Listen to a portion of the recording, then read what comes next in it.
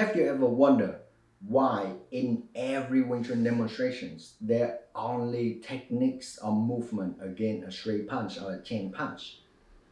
And so many people said that it's so unrealistic because in the street nobody gonna come up and attack you with a Wing Chun straight punch.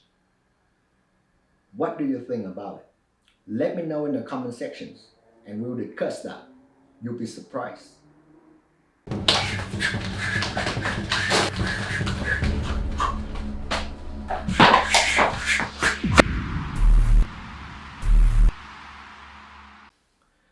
To answer this, we need to answer two small questions. One is why the prefix of every single throws in Wing Chun is the, a chain punch, right? The two most common one, like regardless the techniques in Wing Chun you train, is if either one guy doing a straight punch and then you come in and then with a parallel hand position and then you pass out, so now you pat in, right? Or either you come in with a tan sao, and then you tan in for the crossing hand positions. So why the prefix is the chain punch? The second question is, why not something else? Why not a jab, a hook, a cross, a tackle?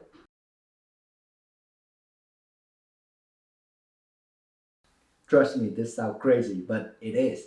Because in Wing Chun, everybody know for the directness, how obsessed Wing Chun people with center line, right? So the center line punch is right at the center line. So now the bad guy, I call him the bad guy, okay, the feeder. He gives you the pressure on the center line. So now you have to learn how to deal with the pressure. So now you can calm in and work with the pressure right away. That's number one. Number two is you have to learn to recognize the shape. Doesn't matter, right? Because in an ideal world, you come in there and then the guys, if he got a hand up, it's either this, right? So when you come in there, you want to train how to coordinate your eyes with your reflexes. So now you don't miss.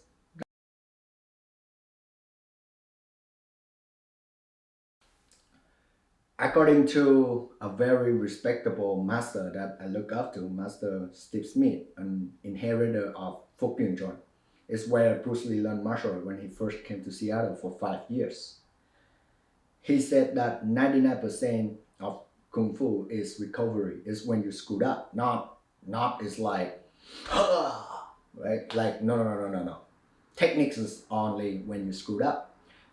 And when I look at that, I'm like, okay, he got a point, because if you look at Bruce Lee JKD, for example, right? His speed is incredible. He can just like, hey, I'm gonna kick you, stop me.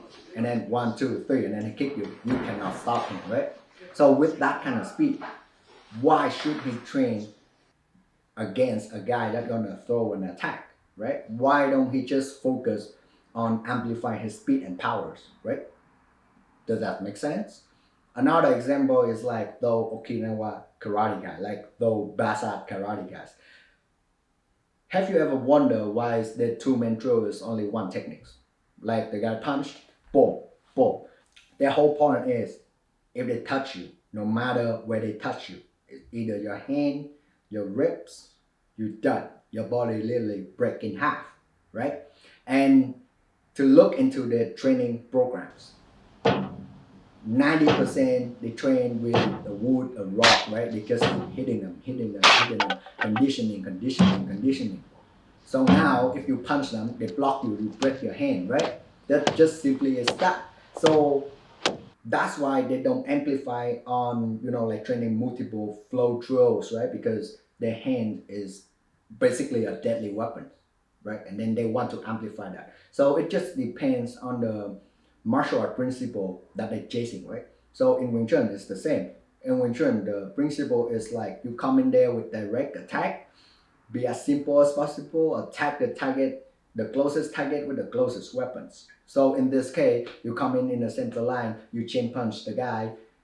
If the guy cannot be knocked out and he be able to stand still, then he want to block your punch because before he attack back. In this case, when he block it, it becomes this, right?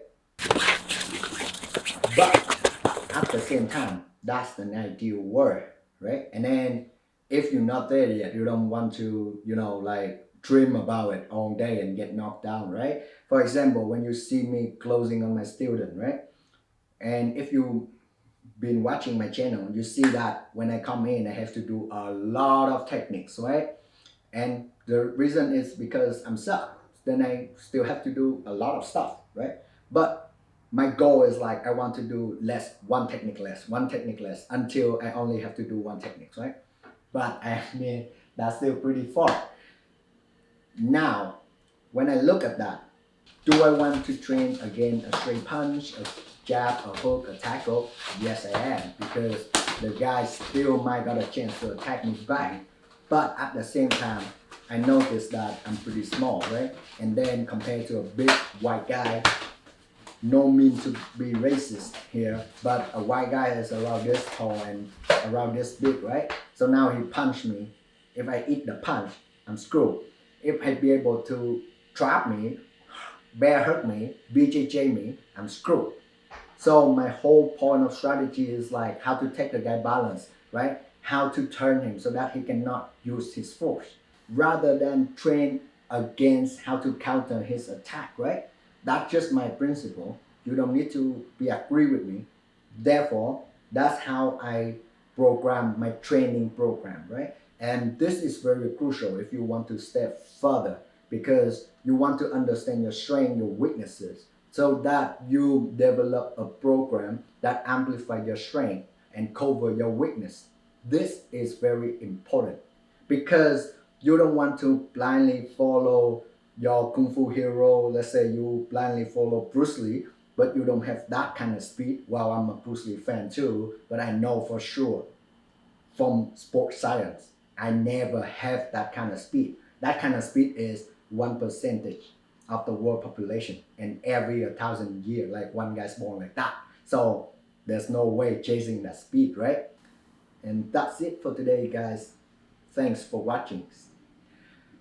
You know, I always said that techniques don't win the fight, repetition does. So regardless of the principle I talk in here, make sure you put it in applications by training rep, rep, rep. If you want to learn more about this stuff, you know where to find me. I'm Jay. This is EZ Wing Chun.